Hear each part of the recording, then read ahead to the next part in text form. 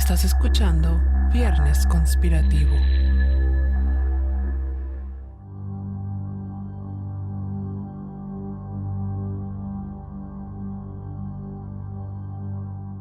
Muchos de nuestros presidentes mexicanos han sido acusados y señalados de ser masones. Al igual que con los Illuminatis, tendemos a tener una percepción malévola y tergiversada acerca de este grupo de personas. Pero, ¿sabemos quiénes son ellos realmente? La masonería o francmasonería se define a sí misma como una institución de carácter filosófico, filantrópico e iniciático. Hay diversas teorías respecto a su origen. Algunos creen que surgieron en Europa a finales del siglo XVII en el periodo de la Ilustración. Sin embargo, hay registros de esta institución desde los gremios de la Edad Media, quienes se encargaban de construir las catedrales. Se piensa que los masones surgieron incluso desde la construcción del Templo de Salomón, lo cual nos da a entender que su origen proviene de lo sagrado. La palabra masón viene del francés y está del latín macchio o matio, que significa albañil o cantero. Con la palabra francmasón se designaba al albañil de superior habilidad, un oficial considerado como experto, quien gozaba del privilegio de los gremios del que formaba parte. Los mejores profesionales formaban una sociedad gremial cerrada cuyos miembros se pasaban los conocimientos entre sí sin darlos a conocer a personas ajenas. Estos gremios poseían símbolos distintivos tales como una cruz, una estrella, el compás, la plomada, el martillo y diversos utensilios propios de esa determinada actividad.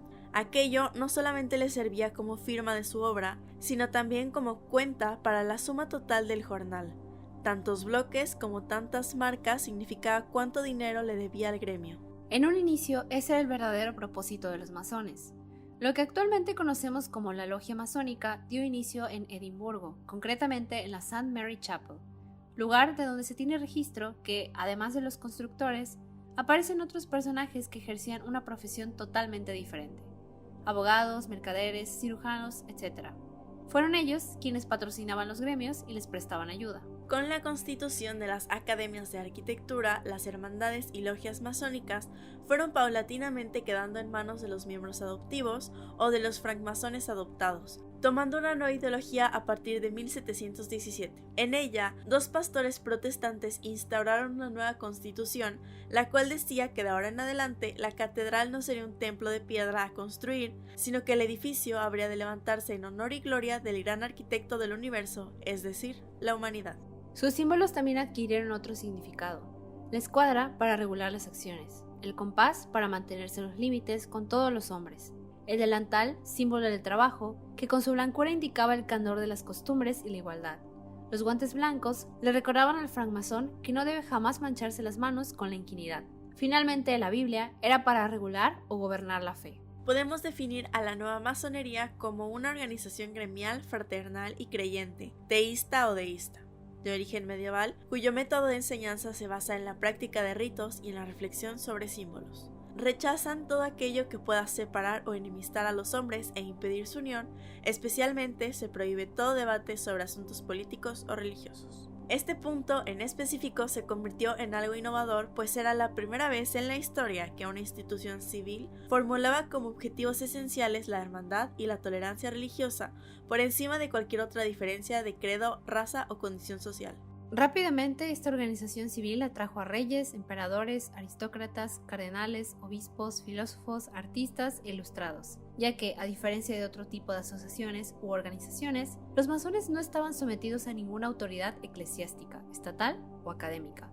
Más bien, se trataba de un espacio de encuentro a hombres interesados por el humanismo. Constituyó un movimiento alternativo de la sociabilidad practicada en los museos, clubes, sociedades literarias, económicas, gabinetes de lectura, tertulias, academias y seminarios. Un testimonio del año de 1743 definía a la masonería como una especie de academia que admite toda clase de personas, desde el príncipe más excelso hasta el más vil plebeyo, para estar juntos en reuniones y discutir con entera libertad de cualquier material imaginable, a excepción de lo que respecte a la religión y a los príncipes.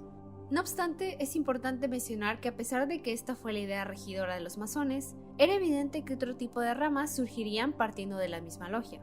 A finales del siglo XVIII aparecieron diversas formas de masonería adogmáticas o liberales, que, a mediados del siglo XIX, fueron decididamente partidarias de la acción política, un punto contradictorio a los dogmas masónicos iniciales. Al igual que los Illuminatis, los masones tienen un grado jerárquico. Esta la podemos estudiar desde un grado descendiente del cual se desprenden la corriente anglosajona y continental. A la primera pertenecen las logias y miembros de Gran Bretaña, Estados Unidos y algunos países europeos. A la continental pertenecen Francia, parte de Europa y Latinoamérica. Dentro de estas corrientes se encuadran las grandes logias de cada país, encargadas de desarrollar las actividades y ritos dentro de su territorio. Cada una de ellas está encabezada por un gran maestro. Por debajo estarían las logias territoriales, provinciales, y cada una de ellas se divide en logias locales, que sería la unidad mínima organizativa. Sus miembros se dividen en 3 grados principales: aprendiz, compañero y maestro, cada uno en función de su experiencia y desarrollo. De la misma manera, todos ellos poseen derechos y obligaciones diferentes. Aunque es algo difícil saber lo que hacen hoy en día, tenemos noción que dependiendo de cada gran logia se celebran unos u otros ritos. También se llevan a cabo las elevaciones de los distintos grados, debates de ideas, lectura de planchas, es decir, trabajos escritos, y otro tipo de actividades. Esto es Viernes Conspirativo, el podcast donde yo, Lupita Caballero, y Ana Ibarra te compartirán temas dotados de conspiración y misterio, así como mitos, leyendas, historias urbanas, secretos del internet y demás cosas de las que necesitas saber la otra versión de la historia. Y bienvenidos al mes patriótico. Este es un mes pues muy temático, como sabrán, y iniciamos con un tema que tal vez al principio pueda no parecer tan temático, pero más adelante ya sabrá por qué escogimos para iniciar con el mes. Y no sé, siento que los masones es un tema que creo que es de, así como con los Illuminatis y los reptilianos, es de los top 10 conspiraciones más conocidas, reconocidas en el universo. Y llama la atención saber por qué la gente considera a los masones una conspiración tan grande. Y mientras más investigas, más te das cuenta que, así como con los Illuminatis, creo que es simple y sencillamente la mala interpretación que se le ha dado a lo largo de los años. Está transgiversado todo lo que se cree de los masones. Generalmente como que en el imaginario se tiene que son como personas que ocultan secretos, que no necesariamente tienen las mejores intenciones, que son como esta sociedad que pone a personas en el poder, las quita, como que son súper secretos. Es que ese es el primer error de todo esto, ¿no? Los masones no son una sociedad secreta, tampoco son una organización burguesa, ni izquierdista, republicana, no son nada de eso. De hecho, todo esto de los masones empezó como algo, diría yo, pues bastante noble, porque realmente los masones, a diferencia de lo que podríamos pensar, estaban bastante adelantados a su época, porque lo que ellos querían era crear este ambiente donde todas las personas pudieran ser aceptadas sin importar su religión, su raza, estatus económico y demás. Y yo creo que la razón por la cual los han satanizado tanto es porque claramente en ese tiempo estaba todo lo de la Inquisición y todo aquel que pensara lo contrario era tachado de hereje. Entonces los masones vienen como que con este pensamiento revolucionario en esa época de que no, ¿sabes qué? Yo creo que todas las personas deben ser aceptadas tal cual, no importa si creen una cosa u otra. Y imagínate, los tacharon de herejes, de diabólicos, satánicos, y creo que se quedaron, o sea, es una idea que permanece y se va pasando a lo largo de los años. Estaban estas personas adelantadas a su época con ideas de igualdad que para la época eran impensables. Entonces, sin duda, se conservaron hasta la actualidad. Y podemos ver que muchos padres de la patria al menos en Latinoamérica, muchos países de Latinoamérica han sido masones. Simón Bolívar era masón. Y de hecho, en México todos los presidentes habían sido masones hasta que el PAN comenzó a estar en el poder. Y bueno, ahí también hay otra clara razón. Si lo vemos en la historia de los presidentes de México, había sido como una época bastante prolongada de que gobernó el PRI, que básicamente era uno de sus presidentes, hizo esta parte de la guerra cristera y que estaba como en contra de toda esta idea religiosa y lo que sea, que realmente sí se fue al extremo. Y al momento de tener esta racha del PRI y comenzar con el PAN, ya no son presidentes que pertenecían a logias masónicas, porque ya es otra ideología por el hecho de que son igual conservadores, pero son católicos. Entonces hay algo muy importante dentro de los masones, y es que rechazan todo fanatismo religioso. Respetan todas las religiones, pero rechazan el fanatismo religioso.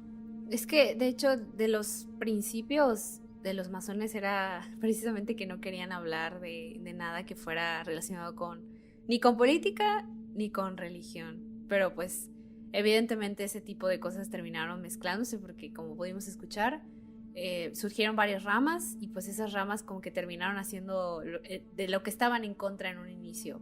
De todos modos, lo que los masones predican y siempre han tratado de mantener es esta idea de fraternidad. Es que es una fraternidad en donde tú eres bienvenido.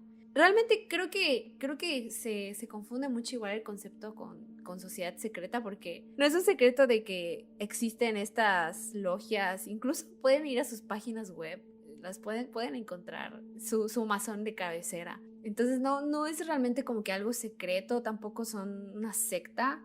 Digo, que hagan rituales no necesariamente los vuelve una secta, ¿sabes? De hecho, en las religiones también hay rituales. Exactamente, y no los consideran sectas, ¿no? Pero no los percibimos como tal. El bautismo es un ritual, una primera comunión es un ritual, una boda es un ritual. Ajá, entonces creo que estamos como que acostumbrados a asociar la palabra ritual con algo malo, cuando no necesariamente lo es.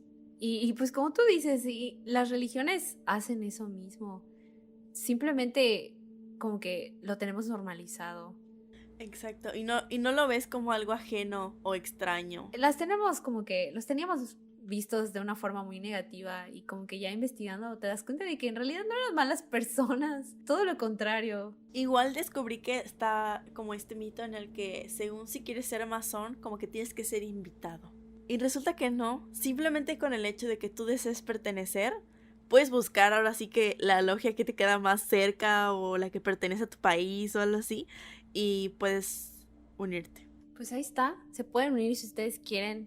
Sí, si es algo que les interesa y como que comparten la ideología, pues pueden entrar. Lo único que pues no estamos seguras es qué tanto hacen. Me pregunto si será como con los apostolados, que bueno, yo cuando era más morrilla me metí mucho a los apostolados y demás, porque pues ya saben, escuela católica. Entonces no sé si harán como que algo similar a como cuando estás en un apostolado, que pues en un apostolado pues te hablan de Dios y demás, ¿no? Entonces no sé si en las logias como que hablen de temas muy en específico, o como que prediquen esto de la fraternidad, el amor a los demás, no sé. Realmente me intriga saberlo. Si alguien ha estado en una logia masónica, que nos cuente, por favor, porque sí estaría padre como que saber qué es lo que hacen. Por lo que tengo entendido, también tienen como estas reuniones como para culturizarse. En plan de que exponen temas, hablan de cosas de actualidad. Igual por lo mismo de que son personas que tienen diferentes profesiones, pues ahora sí que hay muchos campos de conocimiento. Entonces se da este espacio como para poder intercambiar pues esta parte de las humanidades, tal vez con cosas de la salud, de ciencia. Entonces está como este ecosistema que se presta para seguir creciendo. Pues sí, en general siempre ha sido una fraternidad donde todos son bienvenidos. Pero como antes mencionado, ¿no? Las circunstancias en las que surgieron en este periodo de la Ilustración, de la Revolución, que también a ellos les echan la culpa de que iniciaron la Revolución y demás, pero no es que los masones se hayan organizado y hayan dicho, ay, vamos a iniciar una revolución. Simplemente pensaban diferente, y había gente que dijo, pues piensas diferente, no, eso no está bien. Pues realmente no es echar culpa, ¿sabes? Ellos, o sea, todas las revoluciones se hicieron por algo. Y tenían razón. Exactamente. Pero bueno, y ahora vamos a hablar acerca de la masonería, concretamente en México, y cómo es que se fue desarrollando. La aparición de la masonería mexicana tiene su origen en el siglo XVIII, con la llegada de los primeros inmigrantes de origen francés al virreinato. Para ese entonces acontecían hechos históricos como la Ilustración y la Revolución Francesa, en donde regía el lema libertad, igualdad, fraternidad. Debido a la gran represión y secretismo de la época, rastrear el origen exacto de las logias en nuestro país no es sencillo. Sin embargo, existe la teoría de que en estos círculos de masonería se pudo haber gestado el movimiento independentista, así como la difusión del ideario filosófico de la Ilustración. De acuerdo al texto del historiador José María Mateos, titulado Historia de la Masonería en México, independistas de la talla de Miguel Hidalgo, Morelos e Ignacio Allende pertenecían a la Logia Arquitectura Moral, ubicada en el centro histórico de la Ciudad de México.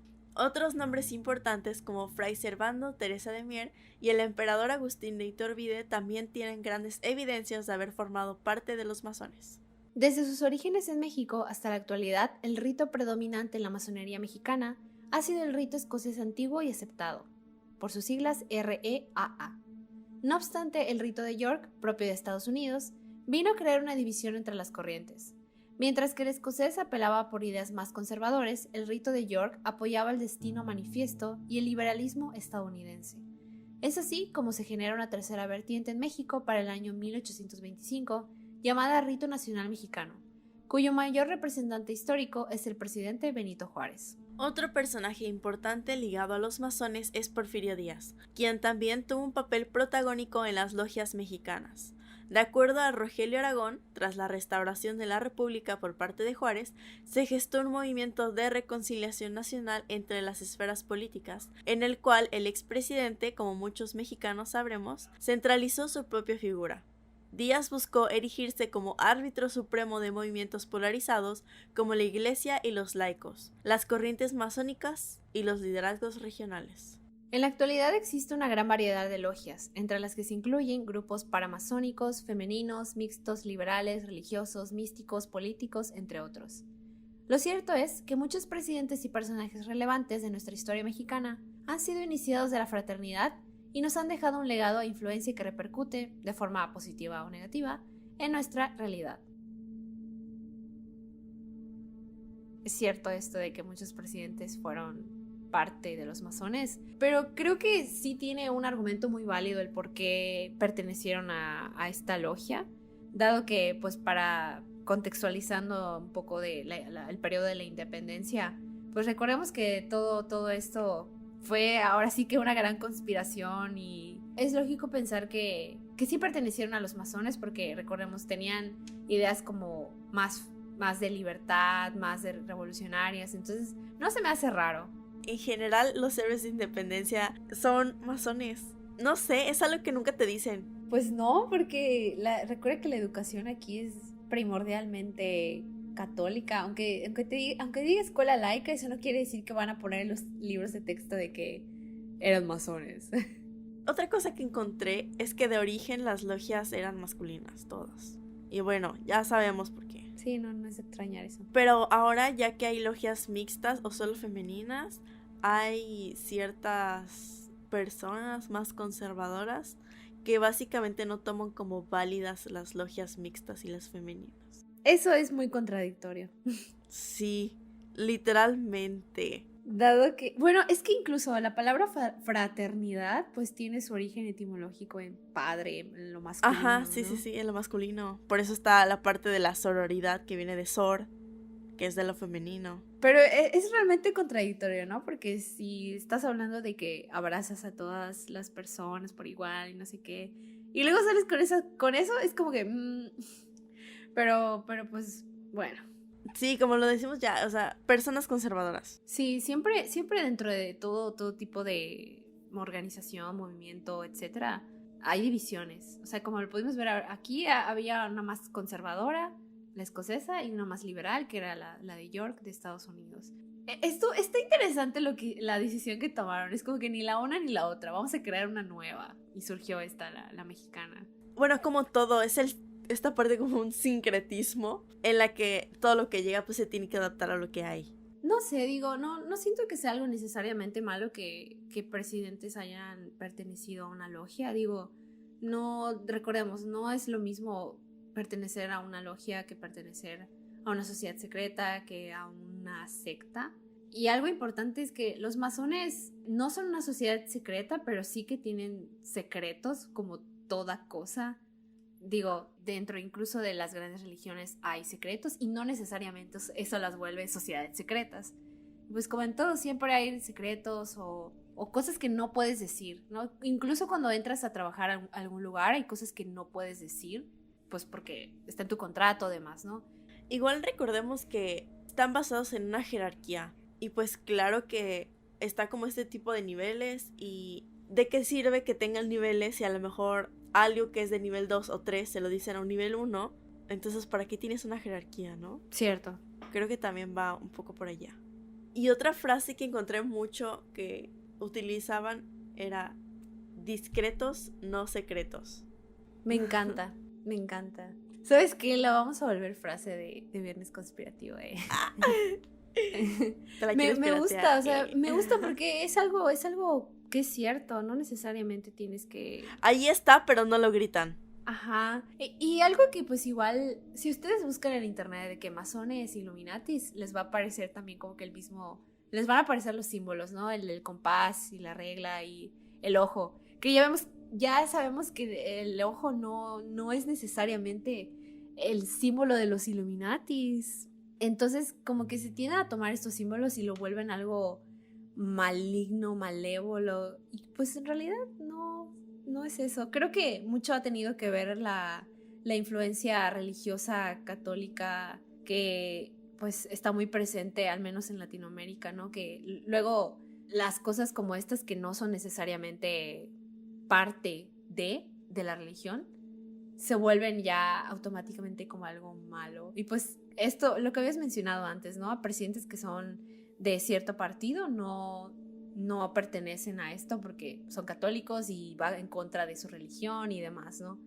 Cuando en realidad yo no le vería el problema que alguien que sea católico sea masón, dado que se puede encontrar con otro tipo de personas de otras religiones. Exactamente. El límite es el fanatismo. O sea, creo que como ya lo mencionan, no tiene ninguna distinción respecto a las personas que están, solamente que no aceptan el fanatismo, que creo que es diferente cuando tienes una fe o crees en algo a cuando lo llevas a un extremo. Exactamente. Y eso es lo que busca, ¿no? Exigir a todos sus miembros respeto a las opiniones, a las creencias, evitar las discusiones políticas y religiosas. Esto era en un inicio. Ahora sabemos que pues hay diferentes ramas de la masonería que sí son políticas, como pues a las que pertenecían los presidentes, que a lo mejor y sí son religiosas, pero bueno, este capítulo lo queríamos hacer, ¿no? Para hablar como que un poco de que está muy presente en Latinoamérica, lo ha estado desde, ya ven, tiempos de la independencia, incluso si no es que antes. Varios siglos atrás. Es algo que yo diría como que parte de México. Hay todavía fraternidades, todavía hay masones, pero pues no tengan miedo. Digo, si algún día alguien viene y les dice, soy masón, ya habrán escuchado este capítulo y ya sabrán que no es nada malo. Exactamente, no tiene nada de malo. ¿Considerarías unirte a los masones? En sí, no le veo lo malo. Realmente siento que es como... Siempre he considerado que los masones son personas muy cultas. Sí, son eruditos, son personas sabias. Igual hay personas que, como lo mencionamos, de que presidentes o personas con puestos muy importantes que pertenecen a logias masónicas, no es porque los hayan puesto ahí. Se lo ganaron con el sudor de su frente. Son personas súper estudiadas que seguramente estudiaron en el extranjero, tienen varias carreras, maestrías, diplomados, doctorados. Sí, algo igual que no podemos como asegurar es que qué tanto influye o no el hecho de ser una persona adinerada. Seguramente pues sí, ¿no? Tampoco estos grupos se sostienen así de la nada, ¿no?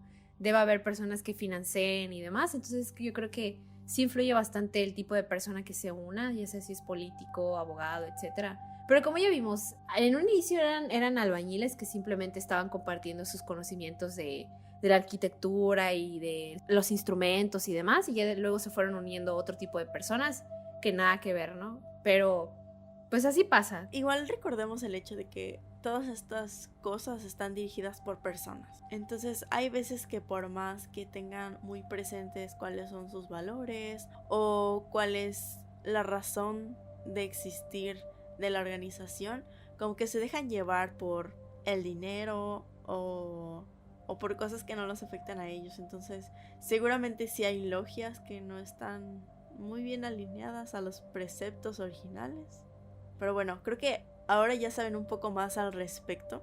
Igual los invitamos a que visiten las fuentes que les vamos a dar. Igual una página que encontré que es muy amigable, que se llama gle.org, que es de la Gran Logia de España. Y ahí tienen un área de preguntas frecuentes y te contestan todo con santo y seña, de verdad. Si les interesa esta parte de los masones o si tienen más dudas respecto a los ritos, etc., en la página se explica perfecto. Me llama mucho la atención esa página. Tiene muchas preguntas interesantes. ¿Qué es la masonería? ¿Qué son las gradas masónicas? Sí, y las respuestas están de 10, de verdad. Ay, aquí hay una interesante, se las voy a compartir, que dice: ¿existe un modo de aprender en masonería? Y responden: aprendemos mediante símbolos y el velo de alegorías, siendo la logia el microcosmos y el macrocosmos. El hombre es el microcosmos y participa del macrocosmos. Sin macrocosmos no hay hombre. Tendemos a progresar hacia la unidad desde una metodología dual, con inteligencia concreta en el mundo profano, con inteligencia abstracta y mediante símbolos y alegorías en los niveles de aprendiz y compañero, mediante el conocimiento del silencio del amor que empezamos a aprender al iniciarnos, observándonos atentamente y conociéndonos, pero ya sin sacar conclusiones ni comparaciones. Con un sistema dual de conocimiento que suele ser el desarrollo en la escuela o en la universidad, se producen distintas morales, según sean las culturas de los pueblos. ¿Sabes por qué se me hace interesante esta respuesta? Porque siento que es como una escuela.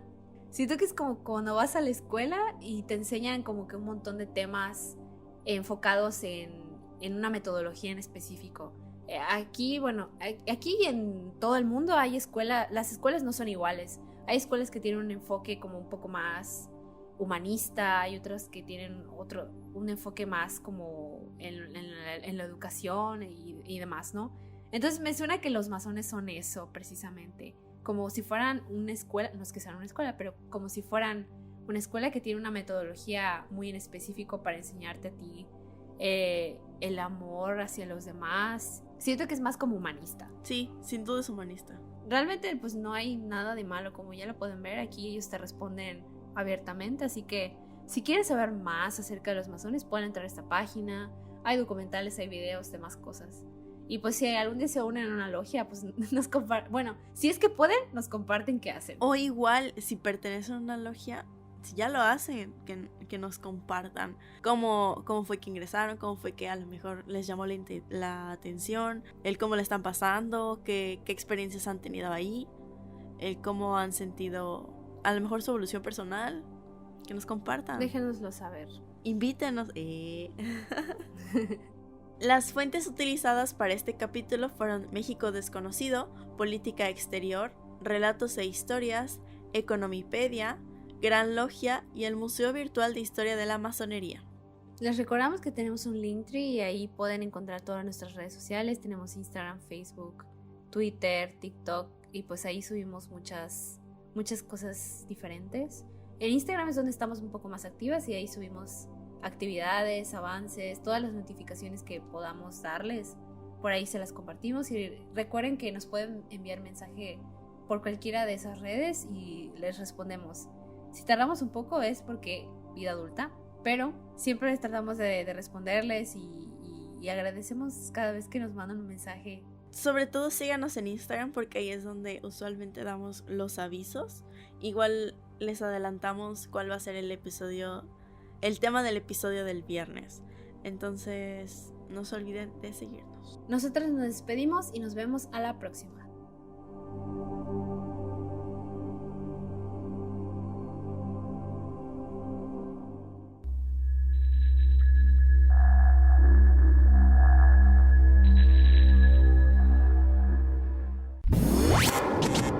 Escuchaste Viernes Conspirativo.